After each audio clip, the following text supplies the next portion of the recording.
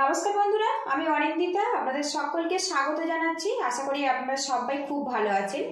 প্রতিদিন আমরা কিন্তু তেল মশলাদার খাবার সকালে ব্রেকফাস্ট কিংবা বিকালের নাস্তাতে খেয়ে থাকি। আজকের আমি তেল মশলা ছাড়া দারুণ মুখরোচক একটা নাস্তা রেসিপি আপনাদের সাথে শেয়ার করব। পুরো ভিডিওটি দেখার অনুরোধ রইল। আজকের রেসিপির জন্য এখানে দেখুন 1 কাপ পরিমাণে সুজি নিয়েছি। মিক্সিং জারের মধ্যে সুজিটা আমি দিয়ে দেব, দিয়ে একটু গুঁড়ো করে নেব। এতে নাস্তাটা কিন্তু অনেক বেশি মোলায়েম আর সফটভাবে তৈরি হবে। এখানে বোল নিয়েছি, বোলের মধ্যে দিয়ে দেব সুজি, এর মধ্যে দিয়ে দেব 1/2 কাপ পরিমাণে টক দই, দিয়ে দেব 1/2 কাপ পরিমাণে জল। প্রথমে কিন্তু জলের পরিমাণটা কম রাখবো, পরে প্রয়োজন মতো জল ব্যবহার করব। দিয়ে দেব 1 চামচ পরিমাণে চিনি, স্বাদ মতো লবণ। ভালো করে এটা মিক্স করে নেব।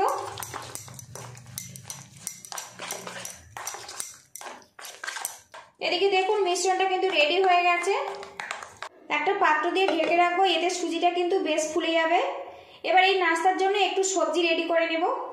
আজকের নাস্তাতে কিছুটা সবজি দেব, তার জন্য এখানে দেখুন আলু আর গাজরটা গ্রেট করে ভালো করে পরিষ্কার করে নিয়েছি, আর নিয়েছি সামান্য পেঁয়াজ কুচি, আর নিয়েছি গাজর কুচি।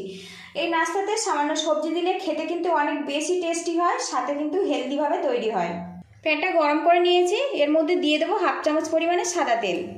এবার এই তেলের মধ্যে সামান্য গোটা জিরে দিয়ে দেবো।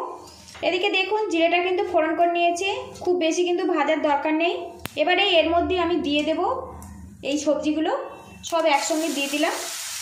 এবারে এগুলো একটু নাড়াচাড়া করে নেব। এখানে আমি যেহেতু কাঁচা আলু ব্যবহার করেছি, একটু এইভাবে নাড়াচাড়া করে দিলে নাস্তাটা কিন্তু খেতে বেশি ভালো লাগবে। আর এটা কিন্তু খুব বেশিক্ষণ ভাজার দরকার নেই, আলু গাজরের কাঁচা গন্ধটা চলে গেলেই রেডি হয়ে যাবে। স্বাদ মতো লবণ দিয়ে দেব, সামান্য পরিমাণে হলুদের গুঁড়ো দেব। সবজির সাথে একটু নাড়াচাড়া করে নেব নুন আর হলুদটা। সবশেষে দিয়ে দেবো ধনেপাতা কুচি। ধনেপাতা কুচি দিয়ে একটু নাড়াচাড়া করে নেব। আর এই অবস্থাতে আমি গ্যাস লিডটা বন্ধ করে দিয়েছি। তো দেখুন সবজিগুলো কিন্তু আমি হালকা করে ফ্রাই করে নিয়েছি, এর যে কাঁচা গন্ধ সেটা কিন্তু এখন আর নেই।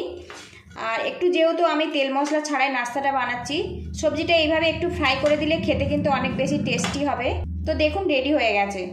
এদিকে কিন্তু সুজিটা বেশ ভালো মতো সেট হয়ে গেছে, দেখুন কতটা ফুলে গেছে। এর মধ্যে ভেজে রাখা সবজিগুলো অ্যাড করে দেব। এবারে এটা ভালো করে মিক্স করে নেব। তো এখন মিশ্রণটা দেখুন বেশ অনেকটাই শুকনো শুকনো। এর মধ্যে আরেকটু জল দিয়ে দেব, দিয়ে মিডিয়াম ঘনত্বে একটা ব্যাটার বানিয়ে নেব। আর একটু এইভাবে ঘুরিয়ে নেব, তাহলে কিন্তু এটা কিন্তু অনেক বেশি জালিদারভাবে তৈরি হবে।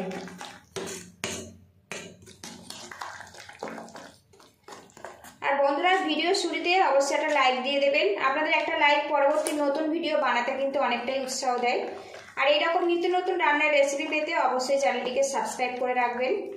তো দেখুন সবজি দিয়ে কিন্তু সুজির সঙ্গে বেশ ভালো করে মিশিয়ে নিয়েছি। আর এইরকম ঘনত্বে আমি রেডি করব, খুব বেশি কিন্তু পাতলা করা যাবে না। এরকম দেখুন পড়লে একটা জায়গায় চুপটি করে বসে যাচ্ছে, সেইভাবে কিন্তু ব্যাটারটা রেডি করে নিতে হবে। এদিকে দেখুন মিশ্রণটা রেডি হয়ে গেছে। এবার এর মধ্যে দিয়ে দেবো বেকিং পাউডার। এখানে ছোট চামচের 1 চামচ পরিমাণে বেকিং পাউডার ব্যবহার করলাম। ভালো করে মিক্স করে নেব। মিশ্রণটা একদম কিন্তু আমার নাস্তা বানানোর জন্য রেডি হয়ে গেছে। আজকের নাস্তাগুলো আমি বাটিতে সেট করব, তাহলে নাস্তার শেপটা কিন্তু খুব সুন্দরভাবে রেডি হবে। আর আগে থেকে কিন্তু সাদা তেল দিয়ে বাটিটা আমি ভালো করে ব্রাশ করে নিয়েছি। এবারে এর মধ্যে আমি ব্যাটার দিয়ে দেব। আর বন্ধুরা ব্যাটারের পরিমাণটা কিন্তু একটু কম রাখবেন, যখন এই নাস্তাটা রেডি হয়ে যাবে অনেকটা কিন্তু ফুলে যাবে, সেই জন্য কিন্তু একটু খালি রেখে ভরতে হবে।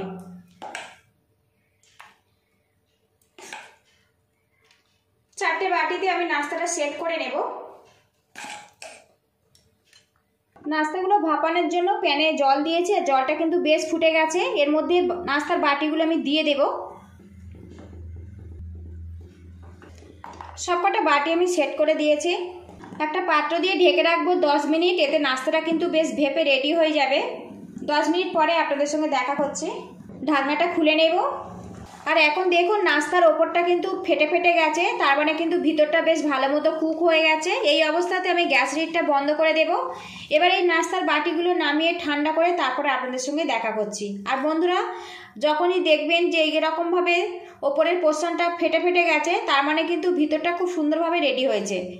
তো দেখুন পুরো বাটি কিন্তু ভরে গেছে। নাস্তার বাটিগুলো কিন্তু আমি বেশ ঠান্ডা করে নিয়েছি। আর এখন বন্ধুরা লুকিংটা দেখুন, কেউ দেখে বলবে না যে এর মধ্যে কোনো রকম তেল বা মশলা নেই। এটা এতটাই সুস্বাদু আর টেস্টি। বন্ধুরা যদি ভালো লাগে তো বাড়িতে একবার এইভাবে ট্রাই করবেন, কেমন হয়েছে কমেন্ট বক্সে জানাবেন। পুরো ভিডিওটির সঙ্গে থাকার জন্য অসংখ্য ধন্যবাদ। আপনারা ভালো থাকবেন, সুস্থ থাকবেন, দেখা হবে নেক্সট ভিডিওতে। আর এই রেসিপিটা কিন্তু বাচ্চাদের স্কুল টিফিন, অফিস টিফিনে, মর্নিং ব্রেকফাস্টে আপনারা পরিবেশন করতে পারেন। ছুরি নিয়েছি, ছুরির চারদিকটা এইভাবে আমি একটুখানি ছাড়িয়ে নেব, নাস্তাটা খুব সহজে উঠে আসবে। এবার এইভাবে একটু ঝাঁকিয়ে নেব। তো দেখুন কত জালিদার ভাবে তৈরি হয়েছে দেখুন। আর বন্ধুরা কেমন হয়েছে অবশ্যই কিন্তু আপনাদের মতামত কমেন্ট বক্সে জানাবেন। তো দেখুন লুকিংটা দেখুন। আরো একটা এইভাবে বের করে নেব। সবগুলোই নাস্তা কিন্তু সুন্দর জালিদার ভাবে তৈরি হয়েছে দেখুন বন্ধুরা। আপনাদের একটা দেখাই এই নাস্তাটা কত জালিদার ভাবে তৈরি হয়েছে দেখুন, আর কত সফট দেখুন। তো দেখুন নাস্তাটার ভিতরটা দেখুন কত সুন্দরভাবে রেডি হয়েছে, আর কতটা জালিদার ভাবে তৈরি হয়েছে দেখুন। আজকের এটা আমি টমেটো সসের সাথে ব্রেকফাস্টে পরিবেশন করব। ভালো থাকবেন, সুস্থ থাকবেন, দেখা হবে নেক্সট ভিডিওতে। তো বন্ধুরা লুকিংটা দেখুন।